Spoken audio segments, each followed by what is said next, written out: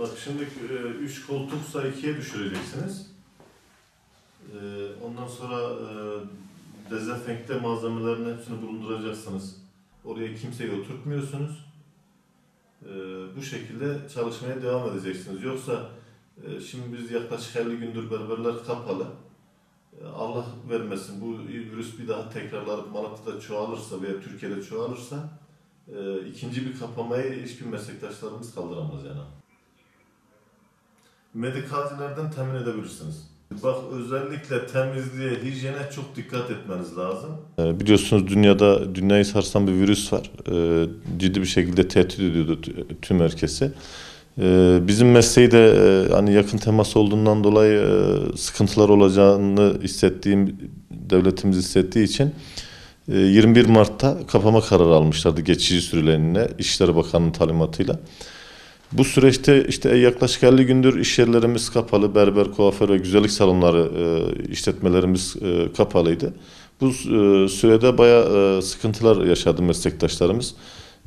Biliyorsunuz hepsi işte günübirlik çalışan iş yerlerimiz vardı. Bu sıkıntıyı inşallah Cumhurbaşkanımızın açıkladığı 11 Mayıs'ta açılacak demeciyle iyi karşıladık, olumlu karşıladı tüm meslektaşlarımız. 11 Mayıs'a 2 gündür tüm meslektaşlarımızı bilgilendirerek hazırlanmaya çalışıyoruz. %80 civarında meslektaşlarımız hazır. Yalnız işte 50 gün önceki çalışma sistemiyle 11 Mayıs'taki çalışma sistemi mutlaka değişiyor. Yani 50 gün önceki gibi bizleri bulamayacaklar, salonlarımızı bulamayacaklar. Tamamen randevu sistemine geçilecek. Müşterileri geldiği zaman işte o belli bir randevu içerisinde gelip onları alacaklar. Oturma alanında kesinlikle hiçbir müşteriyi oturtmamalarını istiyoruz ve bu denetlemesi de iyi ciddi bir şekilde yapılacak.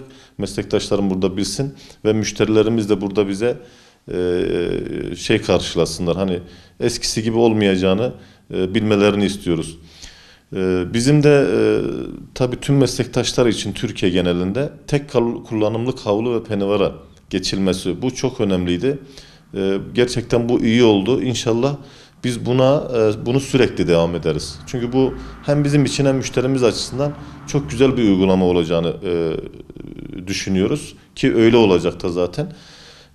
Biz de işte dediğimiz gibi eksiklerimizi meslektaşlarımıza, kuaför camiamıza, erkek berberimize, güzellik salonlarımıza iletiyoruz.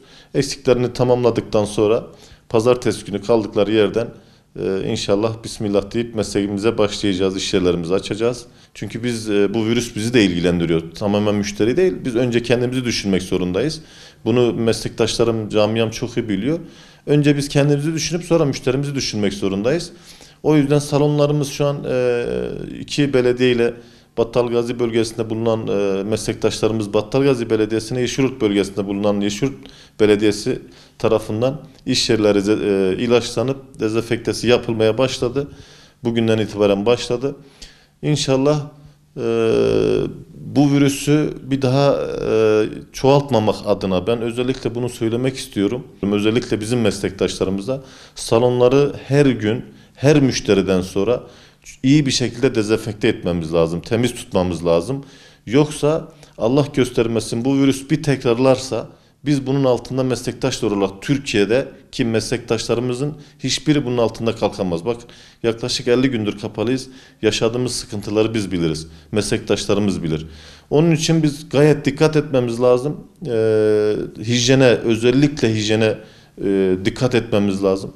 Her kesimden sonra, saç kesiminden sonra o malzemelerimizi dezenfekte etmeden, müşterinin oturduğu alanı temizlemeden diğer bir müşteriyi almayacaklarını umut ediyoruz. İnşallah bu şekilde bu virüsü hep birlikte Türkiye olarak zaten büyük bir başarı gösterdik. Bunu atlatacağımıza inanıyoruz.